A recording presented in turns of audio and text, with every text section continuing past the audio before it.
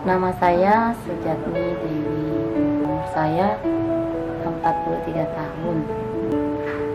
Sebelum saya kenal susu, etaku badan saya sakit-sakit, dari itu merasakan asam lambung, serta anak saya batuk karena asma.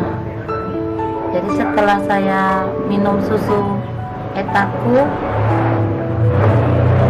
rasanya enak, badan pun kok merasakan bangun pagi udah enak. Biasa kalau siang lambung kumat, setelah minum etaku rasanya kayak mau diminum terus. Saya udah minum, selama saya kenal etaku udah habis 6 jalan 7 kota.